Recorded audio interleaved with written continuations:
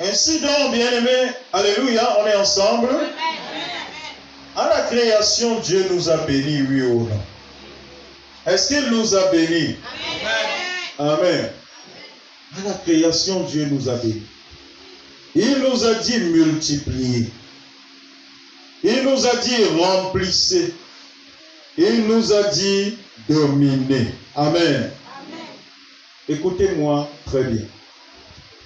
À la création, Dieu nous a bénis. Il nous a dit multiplier. Il nous a dit remplissez.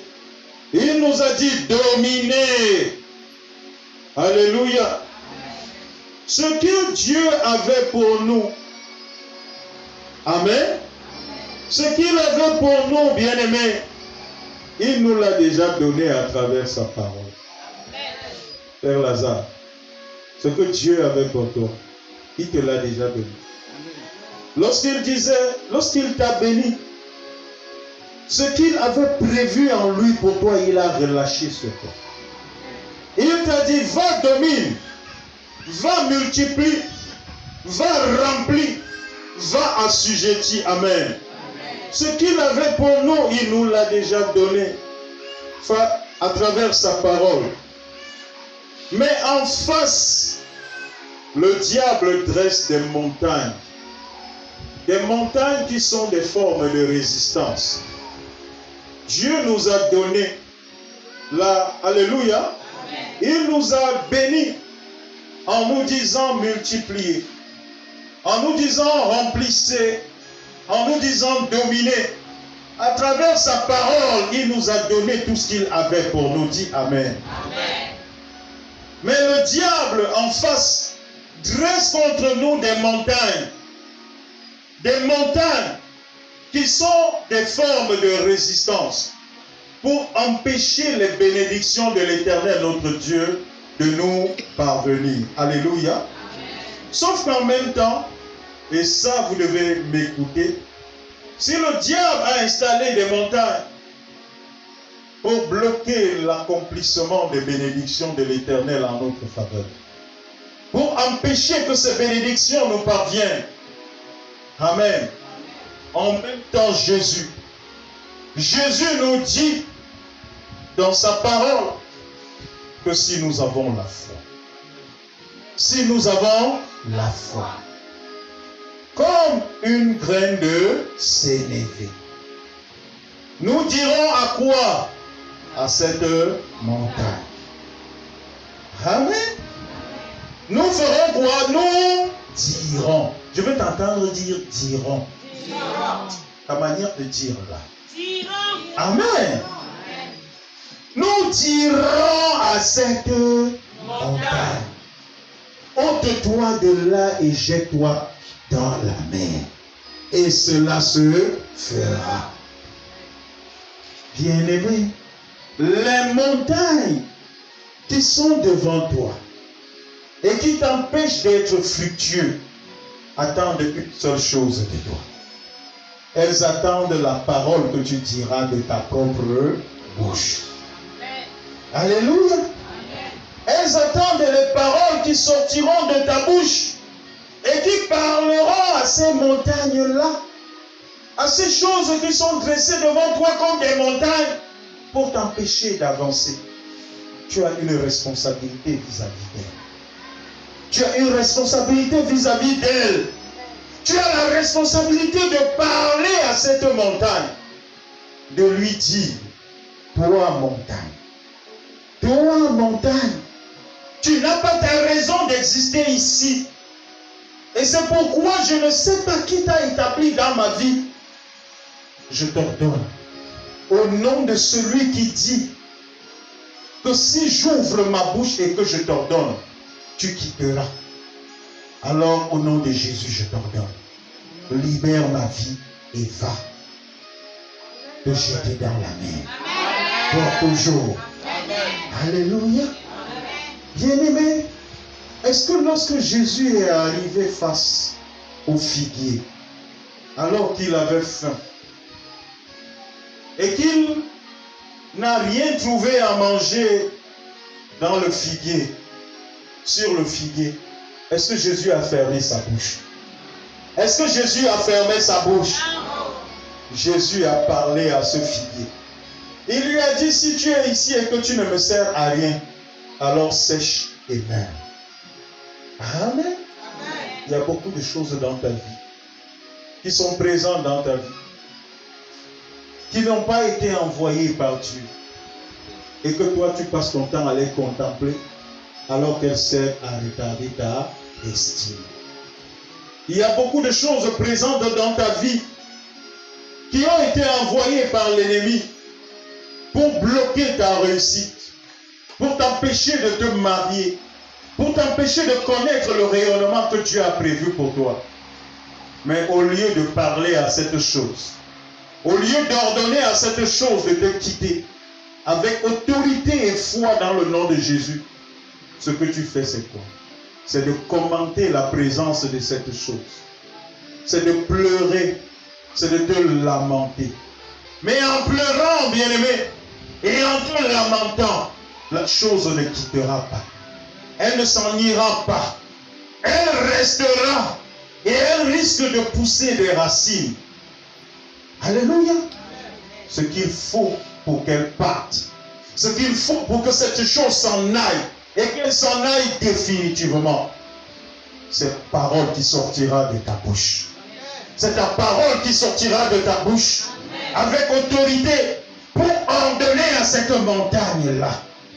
Libère ma vie. Tu n'as pas le droit d'exister dans ma vie. Est-ce que je parle à quelqu'un ici? Bien-aimé, il arrive un moment dans la vie où ta façon de prier doit changer. Ta façon de prier ne sera plus Seigneur Jésus, fais ceci, regarde ce. Non, non, non. Lorsque tu accomplis un certain nombre de choses potentielles que Dieu a placées en toi et que tu te trouves face à une situation, bien-aimé, tu as l'autorité que tu as reçue de Christ. Et c'est lui qui t'a dit que cette montagne-là, si tu ouvres ta bouche et que tu ordonnes à cette montagne, alléluia, de quitter ta vie, elle quittera ta vie et elle s'en ira. Est-ce que j'ai parlé à quelqu'un ici? Est-ce que j'ai parlé à quelqu'un ici?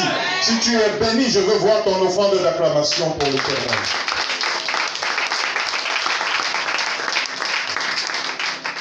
Amen. Bien-aimés, est-ce qu'on est ensemble? Amen.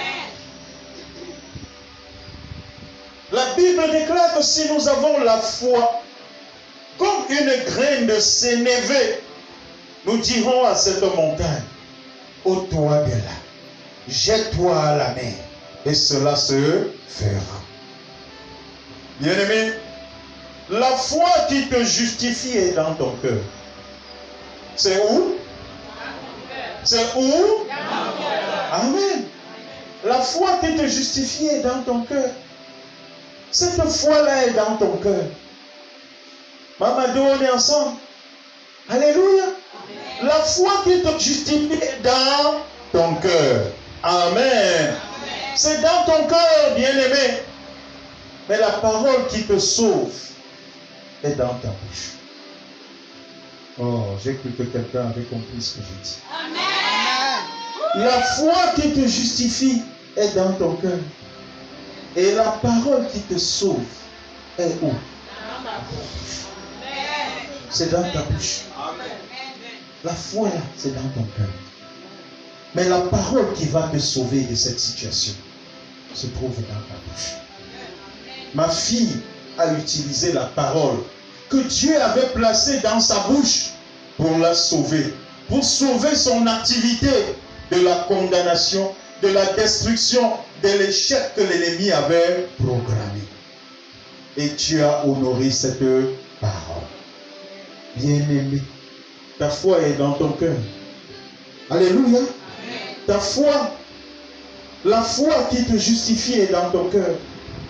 Et la parole qui te sauve est dans ta bouche. C'est dans ta bouche. Tourne-toi vers ton voisin. Et dis-lui, voisin. Dis à ton voisin, voisin. Voisin. Parle. Parle. Parle. Parle à cette situation. Parle à cette montagne pour qu'elle te quitte définitivement. Pour qu'elle quitte définitivement ta vie.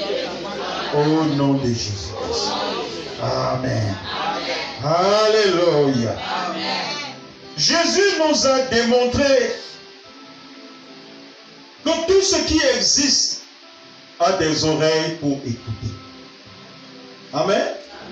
Tout. Tout. Tout. Jésus nous a démontré cela. Il a parlé au figuier et ça s'est réalisé. Amen. Il a parlé à la mer et la mer s'est calmée. Qu'est-ce qui ne marche pas chez toi? Qu'est-ce qui ne va pas comme tu voudrais? Dans ton foyer, dans ton ménage, dans tes activités. Qu'est-ce qui ne marche pas comme tu veux? Alléluia. Alors que tu prends tes yeux, tu vois cette chose ne pas marcher comme tu veux. Mais au lieu d'ouvrir ta bouche et de parler, au lieu d'ouvrir ta bouche et de parler, tu ouvres ta bouche pour pleurer. Et plus tu pleures, plus les larmes qui coulent de tes yeux. Alléluia. Arrose ce problème pour qu'il devienne plus fort, pour que cette montagne devienne plus grande et qu'elle demeure dans ta vie. Est-ce que je parle à quelqu'un? Alléluia.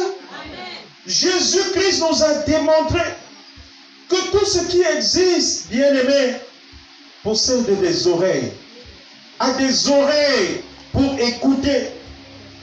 Il a parlé au figuier et cela s'est réalisé. Il est arrivé, il a vu la mer. La Bible dit que Jésus était couché dans la barque.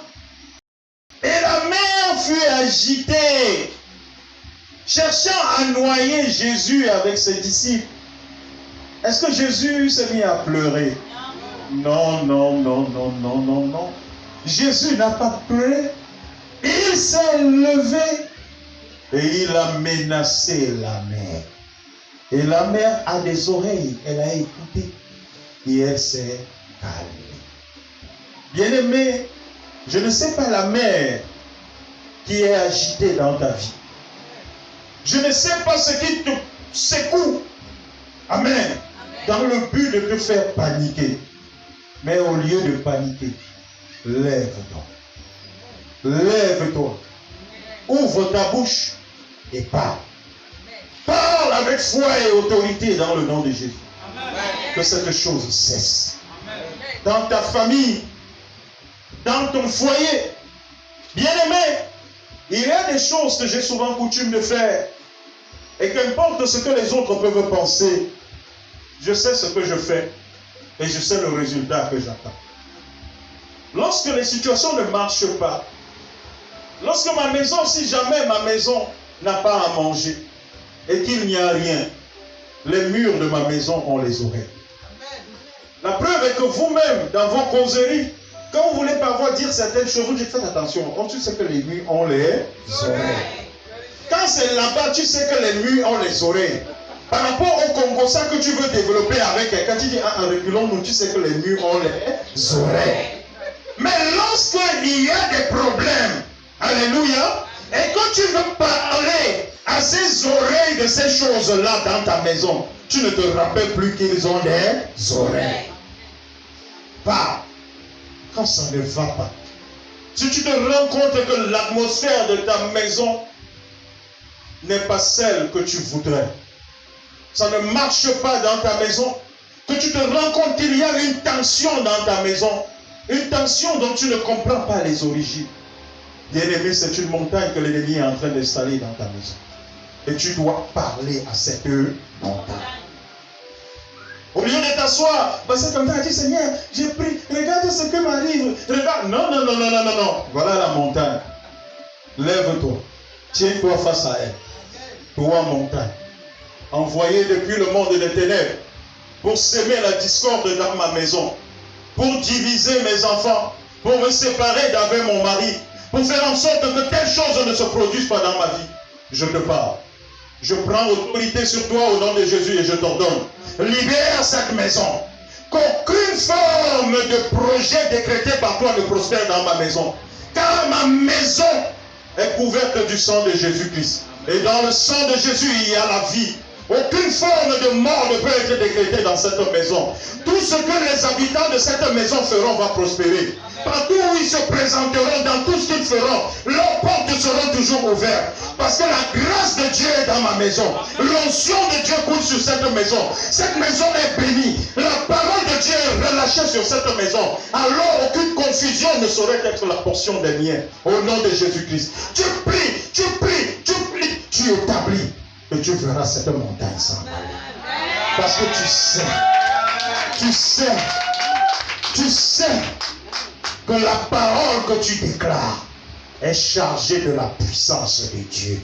Si tu es béni, ton amen serait bien meilleur que ça.